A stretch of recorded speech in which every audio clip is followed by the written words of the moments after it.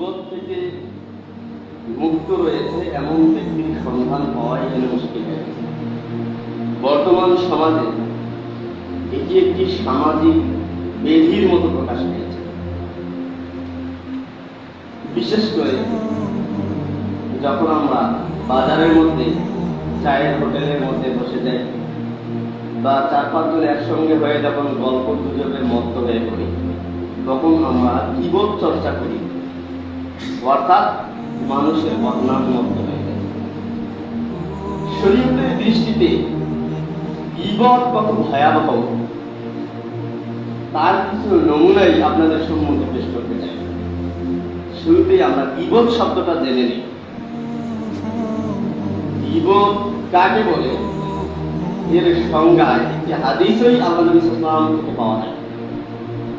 একদিন আল্লাহ নবী সাল্লাল্লাহু আলাইহি ওয়াসাল্লাম জিজ্ঞাসা করলেন, আতাদরুনা মাল গীবাহ? হে সাহাবায়ে কেরাম, তোমরা কি জানো গীবত কি জিনিস? আল্লাহ নবী সাল্লাল্লাহু আলাইহি ওয়াসাল্লাম বলেন, যিকরুকা আখাকা বিমা ইয়াকরাহু।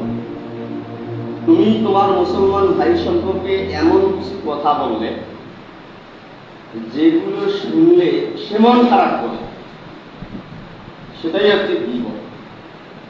তখন সাহাবায়ে কেরাম জিজ্ঞাসা করলেন, ইন কানা ফীহি মা আকুলু, হে আল্লাহর নবী, আপনার মতামত কি? আমি যে কথাগুলো তার সম্পর্কে বললাম, সেই দোষগুলো যদি তার মাঝে থাকে, তারপরেও কি আমি গীবত করলাম? কারণ আমি তো সত্য কথাই বললাম। সে চুরি করেছে, আমি এটা কথাই বলেছি। সে জেনারে বিচার করেছে, আমি সে কথাই বলেছি। আমি যে সত্য কথাই বললাম, এটাও কি আমার জন্য গীবত হবে? তখন আল্লাহ নবী সাল্লাল্লাহু আলাইহি ওয়াসাল্লাম বুঝিয়ে দিলেন, ইন কানা ফীহি মা তাকুতু ফাকাদ কাযাবতা। আরে সেটাই তো বোঝাতে চাচ্ছি, তুমি যে দোষের কথাটা বললে, ওই দোষটা যদি মুসলিমের মাঝে থাকে, তাহলেই তো তুমি গীবত করলে। অর্থাৎ তোমার সেই সত্য কথা বলাটাই হচ্ছে গীবত। আর ওয়াইল্লাম ইয়াকুন ফীহি মা তাকুলু ফাকাদ বাহাত্তা। আর তুমি তোমার মুসলমান ভাই সম্পর্কে এমন একটি দোষের কথা বললে, যে দোষটা তার মাঝে নেই, এমন কথা বললে তুমি তার নামে কোনো অপবাদ দিবে। আর অপবাদের জন্য শরীয়তের মধ্যে নির্ধারিত শাস্তি রয়েছে। এই সম্মানিত উপস্থিতি, আমরা অনেক সময় বলে থাকি, আমরা কি মিথ্যা বলেছি? আমরা হক কথাই বলেছি। ও করেছে, তাতে দোষ নেই, আমাদের বলাতেই দোষ।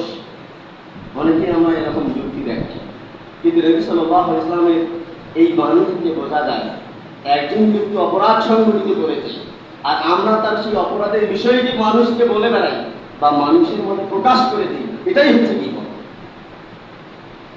সত্য হলেই গীবত। সে করেছে, আপনি বলেছেন, এটাই হচ্ছে গীবত। কিন্তু সে করে নাই এমন কথা বলা, এটা তো তার জন্য অপবাদ।